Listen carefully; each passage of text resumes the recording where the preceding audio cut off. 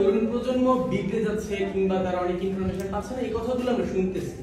কিন্তু কথা হচ্ছে এই জিনিসটা আসলে কেন হচ্ছে, এই ব্যাপারটা নিয়ে একটু আমাদের কনসার্ন হওয়া উচিত। আমরা দেখছি কি, মানে আমরা পাঠ্যসূচিতে একরকম পড়া পড়ছি আর রিয়েল লাইফে দেখছি অন্য কিছু। এই জন্য আমরা মনে করি যে দেশপ্রেম, সমাজ, এগুলো নিয়ে ভাবনা বোধ হয় আসলে একটা মানে পাঠ্যসূচির ব্যাপার, এগুলো রিয়েল লাইফে খাটে না। আমাদের পড়ানো হয়েছে যে জন্ম হোক যত কথা, কর্ম হোক ভালো। বড় হয়ে দেখেছি আমাদের চাকরি দেওয়ার সময় দেখা হচ্ছে কার দাদা মুক্তিযোদ্ধা। তো সেই জায়গাগুলোতে মানে আমি একটা উদাহরণ দিলাম, এরকম অনেক উদাহরণ বিভিন্ন জায়গায় আসে। তো তাদের মগজ আগে এইটা ঢুকানো হচ্ছে যে দেশপ্রেম কিংবা মিথ্যা কথা না বলা, এই জিনিসগুলো আসলে পাঠ্যসূচির ব্যাপার না, এগুলো রিয়েল লাইফের এক্সাম্পল। এন্ড সেকেন্ডলি কথা হচ্ছে যে দেশপ্রেমের মধ্যে আমি কতটুকু উদ্বুদ্ধ হব, মানে আমি দেশপ্রেমে উদ্বুদ্ধ হব, সমাজ চিন্তা করব, এতটা সততা আমার মধ্যে আছে। আমার হয়তো আমরা সবাই মনে করছি যে আমরা দেশ স্বাধীনের জন্য এই আন্দোলনটা করেছি, অনেক মানে আমাদের নিজেদের বিবেক থেকে করেছি।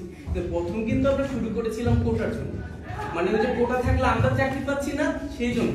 এর আগে কিন্তু আমরা অত বেশি টনক আমাদের নড়েনি, এটা আমাদের আত্মসমালোচনার জায়গা থেকে আমরা বলছি। এখন টনক যখন নড়লো তখন আমরা ধীরে ধীরে অনেক কিছু ভাবতে শুরু করলাম।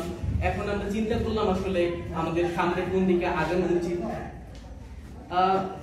আমাদের মনে হয় আমাদের তরুণ প্রজন্মের মধ্যে এই চিন্তাটা জাগানোর জন্য তাদেরকে আগে এই ব্যাপারটা অ্যাড্রেস করা দরকার যে দেশের ক্ষতি হলে কিংবা সমাজের ক্ষতি হলে আমাদের কিভাবে ক্ষতি হবে। তাদেরকে যদি এই ব্যাপারটা অ্যাড্রেস করা না যায় তাহলে আসলে লাভ নেই। যেমন আমি আমার গ্রামে আমার তরুণ প্রজন্মকে বোঝানোর জন্য একটা উদাহরণ দিয়েছিলাম। ধরো আমি আমার একটা সমাজে বসবাস করি যেখানে দুইটা পেশা আছে, একটা হচ্ছে লুটতরাজ আর একটা হচ্ছে কৃষি।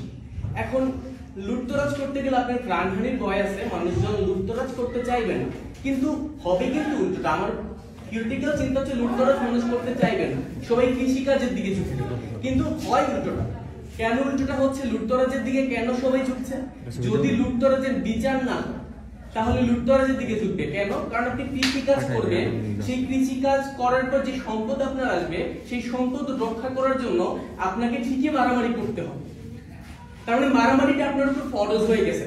তখন মানুষ চিন্তা করতেছে তাইলে লুটতরাজ করাটাই তো বেটার, কারণ মারামারি তো আমাকে করাই লাগতেছে, কৃষিকাজ করতে গেলে আমার ডাবল কুটনি। এখন তাহলে সমস্যাটা কোন জায়গায় এরকম হলো? সমস্যাটা হচ্ছে সমাজের উৎপাদন কমে যাবে। সবাই লুটতরাজের দিকে ঝুঁকে গেলে কৃষিকাজ কে করবে?